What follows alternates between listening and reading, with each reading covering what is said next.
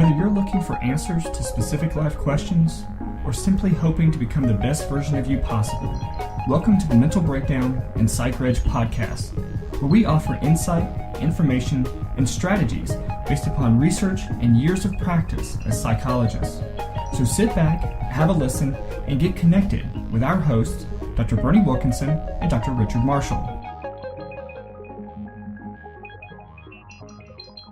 Welcome back. Richard, we just completed an interview with Michael Englert, who was a previous student of yours. He was a graduate student in the counselor education program at the University of South Florida. And he is now a doctoral candidate at University of North Carolina State University. Right. NCSU. Right. North Carolina State University in their Ph.D. counseling and counselor education program. Right. He's closing in on a doctorate. Yeah. In this area. He said he's hoping to be done in May. Right. Which is coming right up. And we can understand that stress of the last 6 months or so of a doctoral program. Right. He's talking about getting participants for his doctoral dissertation and all the frustrations that come with that, ups and downs. But he is closing in on it, and I'd love for him to return to Florida. Mm-hmm. He's smart and nice. Yeah, good combination. Knows a lot about addiction, right? From a couple of different perspectives, mm-hmm. and we've been wanting to talk to him for some time, right? And we decided that the end of this week mm-hmm. would be an ideal time to do that because we've spent the week talking about addictions, right. Thinking that was an appropriate. So many people put addictions on their list of resolutions for the new year, and so we took this first week of the new year to mm-hmm. talk about addictions, and thought it'd be good to talk to Michael about it because he's sort of at the cutting edge of some of the research, right? The new ideas, the new research going on in addictions today. Yeah, and we had some technology issues and everything, so we finally got to record it on the day that we're actually posting it. So you always ask me what day it is, and today is January 6th, the day that we're actually posting it. And so I'm not going to have time to edit it as I usually would. So we have a phone call during the interview, and the phone started ringing during the interview. Yes, that was ours or his? Yeah, I think it was his. Oh, okay. I think it was his. Right. It wasn't ours. Right. It wasn't mine. That's not my ringer. Wasn't mine. So we're a little bit behind for the first time in 400 episodes. 500 something. Almost 500 episodes. We're running a little bit late today because we had some technical difficulties yesterday. Yeah. And so we had to do it this morning. Yeah. So we apologize for being a little late. And so again, Michael is he's a graduate student, doctoral candidate, and specializes in or has a special interest in substance abuse. And so we talked to him about alcoholism. We talked to him a little bit about marijuana, but that's not his area of emphasis. Right. And then loved his ideas and thoughts about, because he did his thesis on cell phone addiction. Cell phone addiction. So we need to learn more about that. So we talk a little bit about that. So, but what I found most interesting, we talked about this whole issue of whether we should think of substance use as a disease model or just a bad choice, a bad life choice.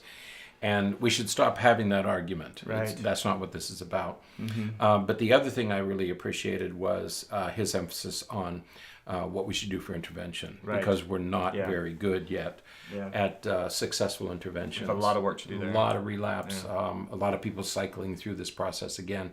And they have some interesting programs there in North Carolina, near the universities in that Raleigh-Durham triangle.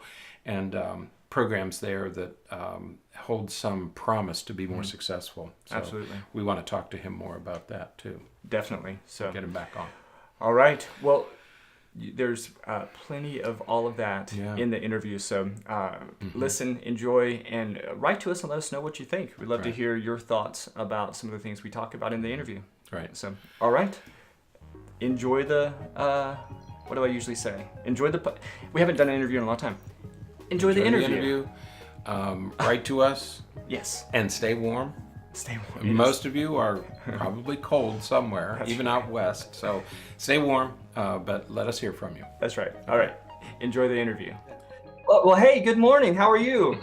Good morning. Good to see both of you this morning. It's good to see you again. It's been a long time since since I've seen you. I saw that you had come by the office a couple of weeks ago, I think, but we didn't. I don't think either of us were here, so we didn't get to see you. Yeah. No, I missed you. I was just in town for a short period of time and enjoying that 80-degree Florida weather at the time. So it was very nice. Yeah, we're still winning the temperature. We're still winning the temperature battle, by the way. Yeah. Not by much. 45 or 50 here. So it was so cold the other morning. Oh my gosh, it was so cold. So, but anyways, nothing like what you're experiencing up there in North Carolina, though. Mm-hmm. Right. Yeah, it's pretty frigid right now. 9 degrees this morning. 9? Did you say? 9. Dang. I didn't know that was possible. That's a temperature. That is a temperature. Right. Yeah. That's why I'm looking forward to going back to Florida. Hey, there you go. We're looking forward to your return. Yeah. Well, we really appreciate you coming on. We've been talking this whole week about substance abuse and addiction, and we thought what better way to sort of wrap up the week than talk to someone who specializes in substance abuse and addiction. So we're really happy that you decided to accept our invitation to come on the podcast and talk a little bit about it. Thank you for the invite. Yeah. So tell us a little bit about yourself, your work, and how you got into this area of interest for you. Well, it basically started many years ago. I'm actually a person in long-term recovery, so I have since 1998. So that kind of got me interested in the substance use field. And over a long period of time, I became, more and more embedded in it academically. And I'm currently a licensed clinical addiction specialist here in the state of North Carolina, and been working pretty much extensively with people with substance use disorders ever since I started into my master's program. So that's kind of my platform, and it's something I'll continue to work in as I finish this program here at NC State. Perfect. Okay. Perfect. Michael, I have a question. It seems to us, when I say to us, I mean non-specialists, right, that the entire field of addiction seems to be going through some significant changes. But it's difficult for us because we're not on the front lines to stay abreast of all that research. And I guess I have 2 questions here. One is, what are the changes? What are some of the significant changes that are occurring or that have occurred in the past 2 or 3 years in the field of addiction? And then the second question is, what can we anticipate in the future? I think some of the bigger things that I'm seeing is that we're becoming more interested in probably the neurobiology part of it, as that the fact that we kind of understand some environmental factors, but you're seeing more and more studies. I mean, think of the NIA study, the adolescent brain cognitive development study they're starting now and trying to find out. There is, that we really are focused on the evidence-based, behavioral medication-assisted type treatments now. I think that the field is beginning to understand that this is more chronic than, an acute thing. So that we're kind of time addressing it as a chronic illness. As far as the significant changes, I mean, I think the most significant thing we're seeing is, like I say, we're more interested in what's happening in the brain. That's what I'm seeing more than anything, is that we're trying to move more in that direction to say that what's happening, especially in adolescence. So that you're seeing it as a brain problem. Are you necessarily seeing that as a mental illness? No, I personally, this is just more my opinion. I'm not seeing it more of a mental illness. It's just we're seeing, this synergy of the biology and the environment. We're trying to. I think that the field is trying to understand that a little bit better, how they're working together. Mm-hmm. Not separately, but working together. There's actually a professor here at UNC Chapel Hill. His name is Dr. Fulton Cruz, and he runs the Department of Pharmacology, the Bowles Center for Alcohol Studies. And he is really doing a lot of good work on the neurodegeneration and the chronic some kind of drug-induced changes in the signaling pathways of the brain. Mm-hmm. He's really a cool guy to look up. I mean, he's doing some really interesting stuff. And I was invited to a presentation of his a few months ago.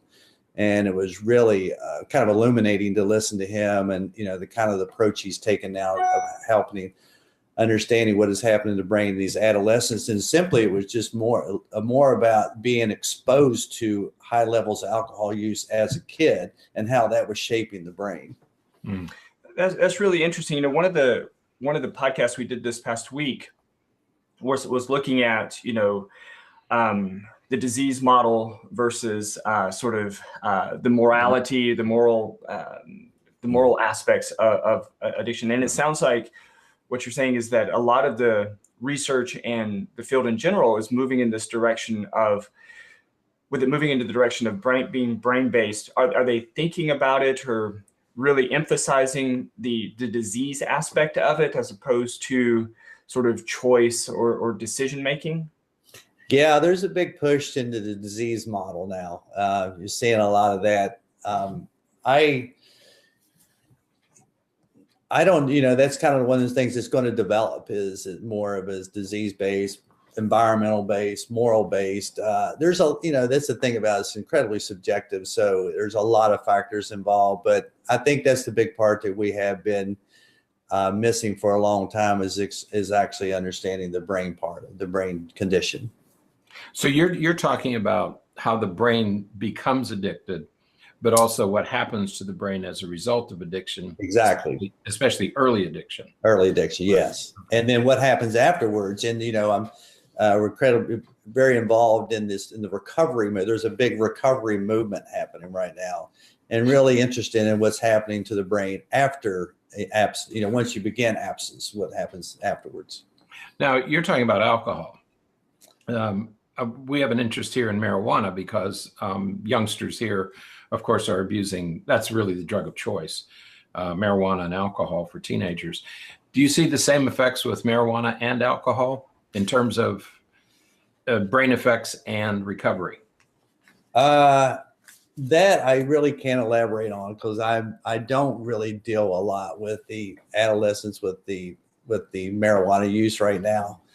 Don't really, that's kind of not especially mine, but it's interesting that the United States is developing and doing a great field study right now by legalizing marijuana. So I think we're going to find, we're going to have a great depth of data here in about 15 years on what's happening. Because I think, a lot of people that normally wouldn't use are now starting to use. I think a lot of your people that grew up in the 80s that became successful and moved on with their lives and had families are now revisiting it. So you're going to see, I think, a larger, older population going back into the use. And so it's going to be really interesting to see what happens as this moves forward. I think it maybe probably not our best move, but yeah.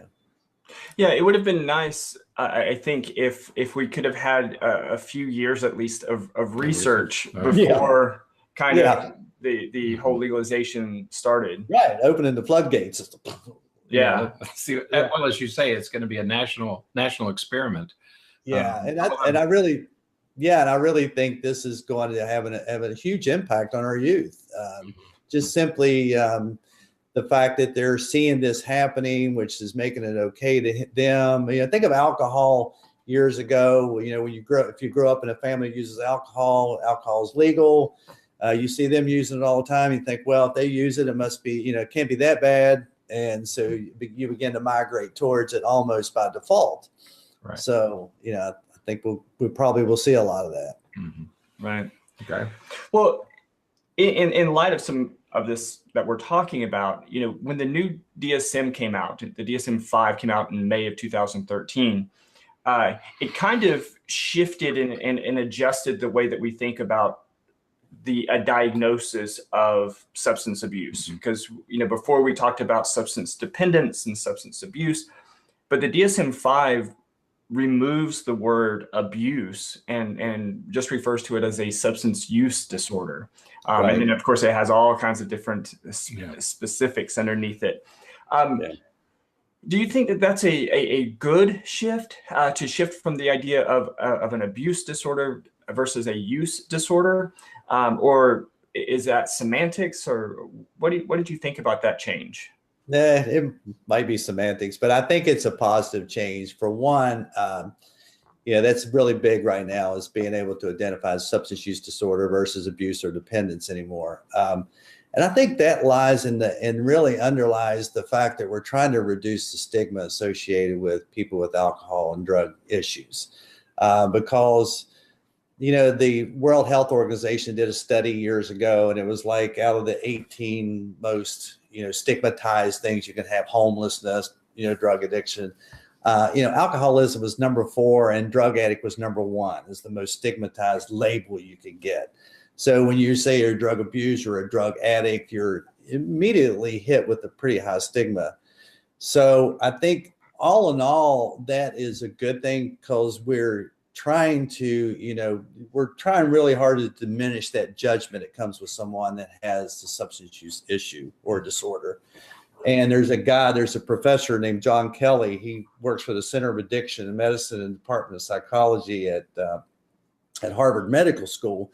And he's really pushing this vocabulary part to reduce the stigma. So I think that the DSM-5 personally got it right by moving in that direction. Oh, okay. Great. Interesting. Yeah, and I think that it's good to hear that, because of course the DSM-5 has gotten a lot of criticism, right, since it came out, but it's good to hear somebody say that it got that right. Yeah. Hey, Michael, I'm going to go back to this question of disease versus choice. Is that a false dichotomy? I guess that's my first question.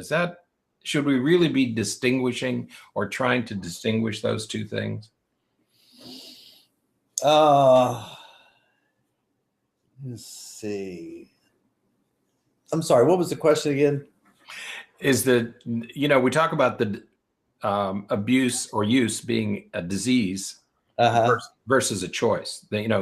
This is just a choice you're making. Okay. Is that a false separation? Is that a false dichotomy? That's a tough question. It really is. I mean, we're really pushing the disease thing right now, and I'm not sure if what the reason, if the right reasoning is behind it. Disease gives insurance a reason to provide services, and I think it's moving that way. But there's, being in the field for as long as it's so subjective. I mean, I don't know. I have that one I struggle with. Well, now you've been in the field when it was much of the treatment was you're making a choice here. Exactly. Okay. And so a lot of you and I, a lot of our background has been that substance use is a choice that we make. Right. And you can also choose not to use it. Yeah. And I don't know whether our people must still be advocating that position, aren't they? Yes. Yeah. Yeah. Like I say, I don't know if this is healthy or is it just a distraction? Because you get these camps. I see it now even in different forums. You got this camp that's heavily disease modeled. You get this camp that's heavily environmental modeled. Right. And there's no synergy. It's like you see it's almost splitting off. So I'm not sure that debate is very healthy, other than us trying to find basically truly what's happening with the individual versus saying, does he have a disease? Right. Okay. Or is he having a moral issue or what? Well, one of the ways that we talked about it this week, and it's sort of the basis of my perspective, just from experience and stuff, and I would love to hear your thought about it, is that the majority, if not all, of the people that I've worked with before who have substance abuse issues invariably have some underlying mental health concern, mental health issue, personality issue, some trauma in the background, something going on that seems to drive their need or their decision, if we use the word decision, to abuse some type of substance. And when you talk to them, they say things like, well, I use it to help relax, or I use it because it helps me not worry about things, or whatever. Right. And so one of the ways that we talked about it earlier this week was that there is if there's an underlying mental health issue, perhaps the person chooses to use a substance to self-medicate, though there are some concerns and implications for using and justifying behavior that way. They use the substances to self-medicate, but then it does really become a dependence issue and a chemical, biological thing, as you were talking about. The brain changes when you're using these substances, and then it becomes more problematic, perhaps, as it relates to the specific substance. So we have maybe, we kind of talked about it as this similar to the nature versus nurture idea, that it's actually a little bit of both. I mean, you can't completely separate them. And I talked for a long time, but it sounds like that's sort of what you're saying, is that maybe we shouldn't focus so much on whether it's a moral thing or a biological thing. It's what we really need to find out is what's going on with the person that's contributing to the substance use, and then treating it that way. Yeah, I agree 100% on that. I know that sometimes in the substance use field that they got really focused on this co-occurring. So as soon as someone would come in with a substance use issue, they wanted to begin to start medicating them. And it was like, I really believe that was getting the cart before the horse. Is that someone needs to get at least 6 months abstinence and clean and sober, and then I think if there is a mental health, an underlying true mental health issue, it will begin to rise to the top, where we could begin to address that. But again, I agree with you when you're saying that. Yeah, I agree. I think that you have to, because of the way that it changes the brain, you have to get off the substance, and you have to let the brain get back to its baseline state, whatever normal, to see what's really going on. Right. Yeah. And that's usually where we begin to really begin to find the underlying trauma and some other things that may have happened with this individual throughout their lifespan. Absolutely. But you think it takes about 6 months of abstinence to get there? I believe in this 6 months, 6 to 18 month. Wow. I think at 18 months, the person or the individual has truly made a complete lifestyle change. And at that point, you're probably back to baseline or normal. So, at 6 months, I think there's a lot of clarity going. And I think at 18 months, you're really seeing the individual, truly what's happening with the individual. Wow. Okay. Well, it's a lot. That's asking a lot. Yeah. Well, and I think is it AA or some of the different programs, they encourage people who are just new to recovery to not make any other significant life changes within the first year or so, right, of their sobriety. And it's for some of that same reason that you want to let everything settle, let your brain work to get back to normal, before you make any big decisions or changes. Right. And hopefully, you can make some corrections in the things in your lifestyle that you've done in the past, and kind of, revisit a lot of these things and begin to, kind of become healthy again cognitively, begin to understand that you can make good decisions again, because sometimes the addiction will take you in an area where you make continuous bad decisions, and that weighs heavy on the individual. And you come in. A lot of people come in that are heavy in dependence with they're pretty much skewed on the way they think and the way they believe in themselves. Right. Okay, I'm going to put you on the spot. Okay, throw it out here. People always say, am I an alcoholic? They'll come in and they'll ask us that question. Am I an alcoholic? So you're already laughing, right? Yeah. How do you respond when people ask? Because to us, I mean, as mental health professionals, am I an alcoholic means one thing, but I know to the average layman, it means something very different. How do you respond when people ask you that question? Yeah. The reason why I laugh is that basically I have very few people come in and ask me if they're alcoholic. Most of them are trying to convince me that they're not an alcoholic. True. Right. Yeah, that's true. But referring back to the DSM-5, I think the DSM-5, if you look at the criteria, I really believe in that criteria. I think it's a very healthy criteria. And if someone is, meeting 5+ marks on that criteria, that gives me a really good conversation with them to really sit down and say, hey, let's talk about these, and introduce them to the different, there's 10 or 12 criteria for alcoholism. And I do think those are great criteria to create a conversation with the individual. And so I kind of rely on that really. If someone, there's certain things you're going to be looking for. And for me, it is kind of based on those, you're looking for the tolerance, you're looking for, repeated use, the seeking, all the cravings and all the other things. Right. Okay. And this always leads us to the interesting question of, or interesting point of people referring to themselves or someone as a functional alcoholic. Right. It's a little bit of a pet peeve. It's an oxymoron, right? Because, but I'd love to hear what you think about that. And again, it's something, if you hear that very often, how do you respond to that?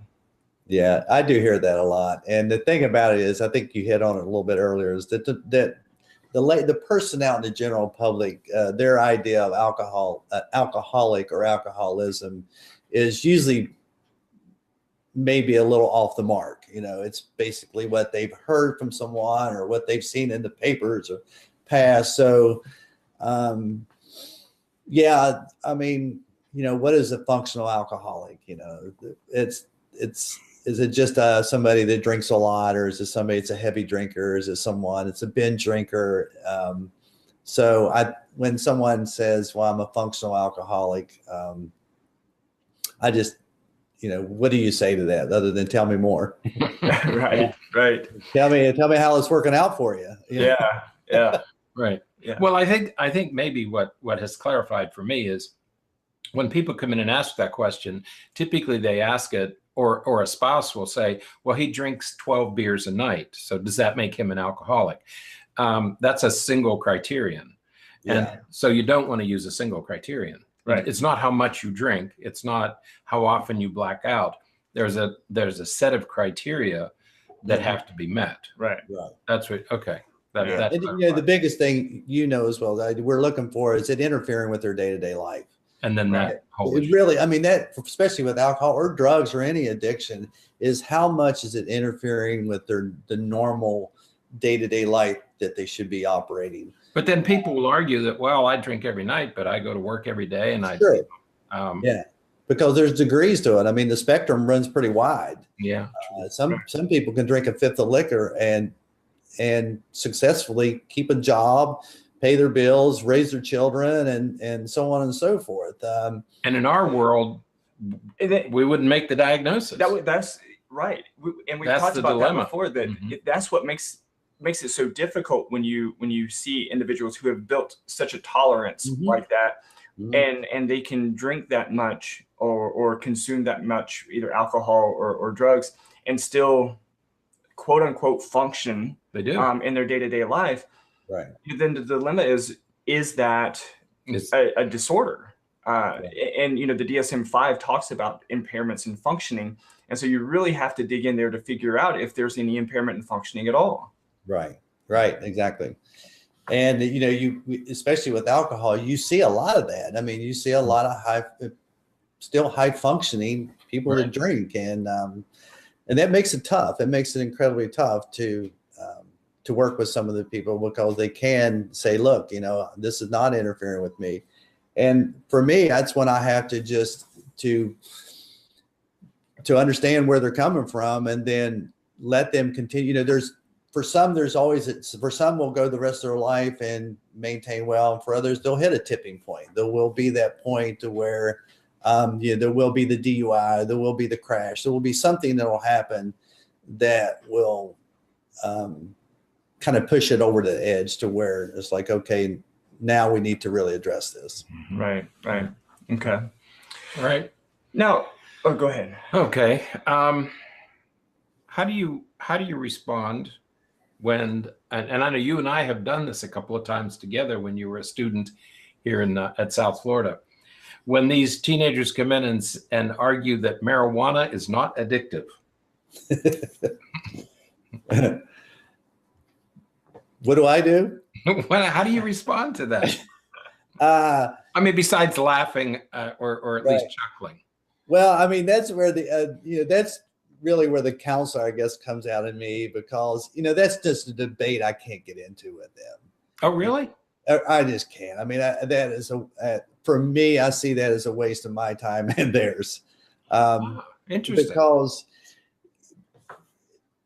again, we're dealing with this legalization part that's going on. We're dealing with social media, which it's just a delivery of bad information most of the time. The kids are getting their information from who knows where, or the young adolescents, the young adults, or the teens. They're getting it from each other. So for me to get into a heavy debate with them, you got to remember, I'm dealing with a force that's behind them that is far bigger than me. And so the only thing I can do is help them. One of the first questions I would, there's two questions I ask. What is your passion? What are you most passionate about in life? And two, what is this feeling? What is the use providing you that things in your life can't? And, if they venture into that conversation, then that's good. But if they shut me down there, then I have to just, I usually won't press it.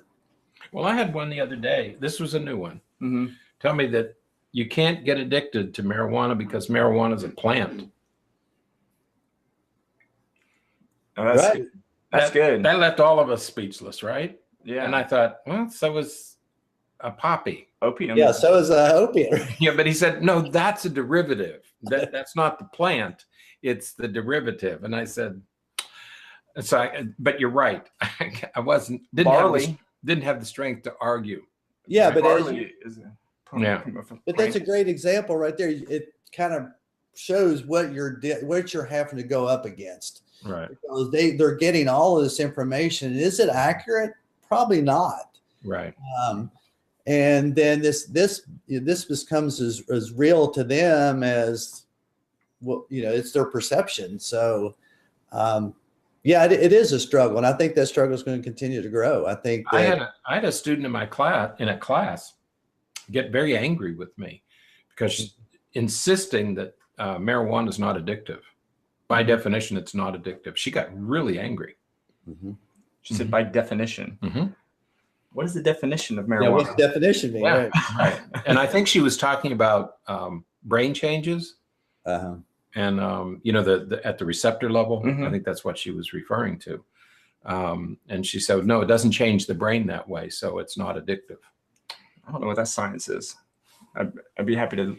Well, that's why I wanted. That's why I wanted to ask you the question, because I mean, you deal with this every day, Mm-hmm. and I mean, I wondered how you guys, how people there are dealing with those kinds of questions. Yeah. Again, that is so subjective in itself. It's like, is it or isn't it? And we can't. I mean, as professionals, clinicians, trying to argue that argument with them, I think really only creates more divide. Mm-hmm. And I really try to encourage them to help me understand where they're coming from. Right. Yeah, I like the. That's true. I like the idea of, instead of focusing on whether it's addictive or not, focusing on why they feel that they need it. Exactly. Why they need to make the argument. Right. Okay. It's exactly why they need to make the argument, because they're adamant about their argument. Oh, they are. Where is that coming from? What is the need to make that argument coming from? Right. Yeah. Okay. Now, I certainly want to ask you a little bit about treatment, but before we get to that, I wanted to ask you about this new, and then this kind of spreads the idea of addiction a little bit thinner, and that is that, nowadays everything is being called an addiction. We're addicted to cell phones, we're addicted to video games, we're addicted to alcohol, we're addicted to all kinds of things. And so shopaholics, right? We're addicted to shopping. Right. So the World Health Organization just recently announced that they may be looking into adding video game addiction into the new ICD. I think ICD-11. ICD-11, right? and we call it gaming disorder. Gaming disorder. So Right. what do you think about the idea of gaming disorder, but maybe more generally, the idea of referring to so many of these things as addictions, and what does it do to the field in general? Well, I think that's where we're going to have to get better at understanding the difference between chemical addiction and process addictions. Oh. You know, that is like the next level I think we're going to be going to, is really getting the general public or even us as clinicians, is to being able to better understand that difference. Because again, you make a great point there, is that we don't want to muddy process addictions into chemical addictions. I think they're distinctly different, in my opinion. And so, yeah, that's the one thing I see happening. I'm like, well, we got to be really careful that, we're not, but also too, it's really funny. I did a study on smartphone addiction. That's the big thing I'm kind of very interested in right now. Right. And I kind of based it on Griffith's model of addiction, and there was some criteria for that. But you're seeing a lot of it. You're seeing the withdrawal, you're seeing the tolerance, you're seeing the salience, you're seeing the loss of personal connection, and all these things because of smartphone use. So, yeah, I mean, I don't know if I really answered your question, but Okay, can you be addicted to a cell phone? I believe you can. Yes. Okay. Yes, I think that is going to be the next great field of addiction. Electronics. Yeah, I think we're going to really see a huge increase in people seeking counseling, specifically counseling. I don't know if there's for their smartphone use. Mm-hmm. Go ahead. No, go ahead. So that to me bridges into the idea of treatment. So, when it comes to like alcohol and various illicit drugs and opiates and marijuana and all of that, we have programs such as, AA and NA, and we have, residential facilities for rehab and everything. A lot of teens, especially, they kind of talk about how these programs do not relate to them because they haven't lost their houses, they haven't lost jobs and all that kind of stuff. Most of them don't want to be in school anyways. And so, being kicked out of school isn't such a big deal for them. First off, I suppose, how do we best handle treatment for that population? But then also, how does our current treatment models, or the theoretical models, influence the idea of cell phone addiction? Will we have a cell phone AA type of thing start? CA. Yeah. CPA. CPA. SMA. Yeah. That's right. So I agree. AA and NA historically has never fit all. You think of, that's when the AA and NA are well known, well established, but a very small percentage of people use it. And the great thing about NA and AA, for those who do use it, it's lifetime aftercare. Free lifetime aftercare. That's the very positive part of it. Someone who gets in these programs and they stay with the 12-step program, they basically get aftercare the rest of their life. So with the teens, I think we're getting better at trying to address it because and being able to see the world through their eyes and better understand, what does treatment mean to them? How do we provide the services for them? And I think there was really, I was working with some teens that were chronic relapsers at an outpatient clinic I was working at. And one of the things I found that technology was really a big influence with them. When I was using what I would use with the people that were the habitual, that were really having problems, I would sit down and I would give them TED Talks. And I would give them a TED Talk that was kind of inspiring or innovative, or really something that was kind of outside their static norm. And they would watch this, and then we would begin to talk about it. And it was really interesting that I saw huge progress in them because it was almost, I was using technology, I was feeding them information that was kind of outside their norm. And I was beginning to see them make changes, and where the traditional model had failed repeatedly with them. So is it going to be more about using technology or different types of platforms like that? I'm not sure right now, but it seems to be that is something they're very familiar with and may be a great avenue than the traditional setting in a room with a bunch of people, talking about how they're staying sober today. Right. Yeah, I was just reading this morning that the company that made the app Reset, which is going to be a new app that comes out later this year it's an app that is FDA approved for the treatment of depression. That those same developers have one that's going to be coming out very, very soon that's going to aid in, along with perhaps medication and psychotherapy, FDA approved for treatment of opiate addiction. And so, it seems like a lot of developers and researchers are really moving into this idea of perhaps some technology, various ways to use technology to help with addictions.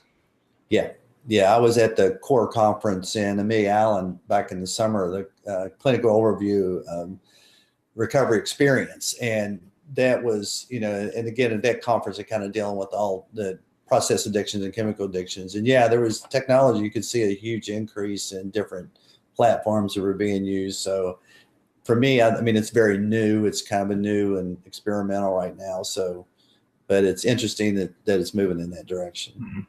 So it makes it, is it contraindicated then, especially if you're talking about cell phone addiction and technology addiction, to use technology to treat a technology or addiction that could be influenced by technology? Yeah.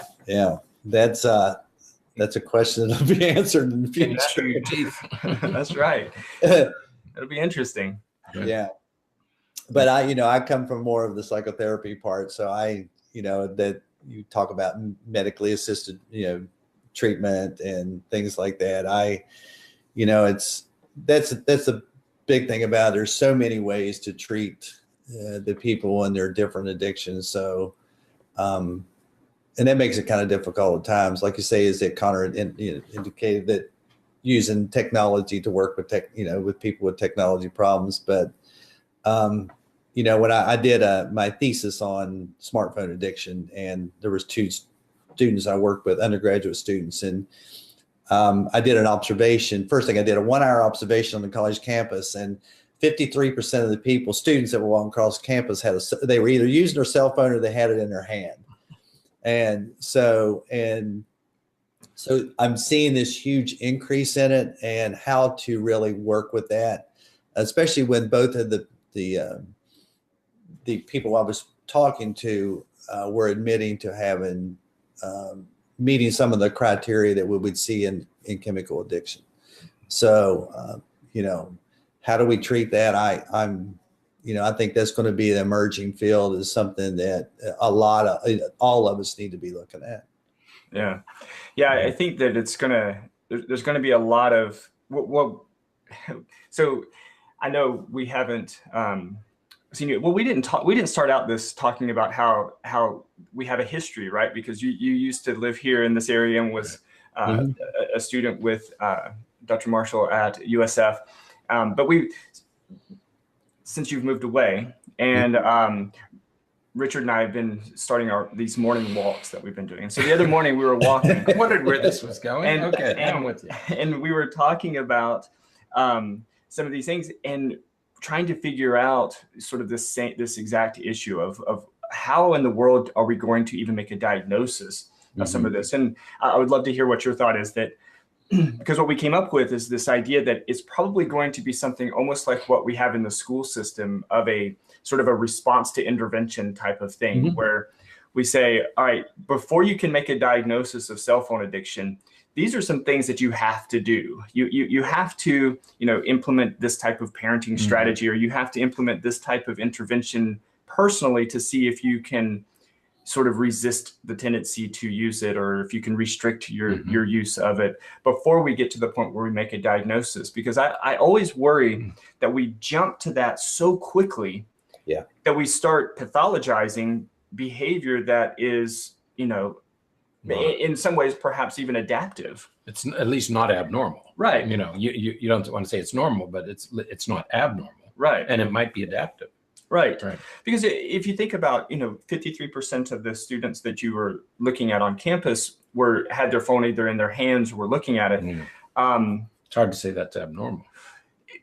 It's hard to say it's abnormal, but it's also how many professors require their students to watch videos or listen to podcasts or engage in media that they use their phones for? And so part of it could be adaptive for their class.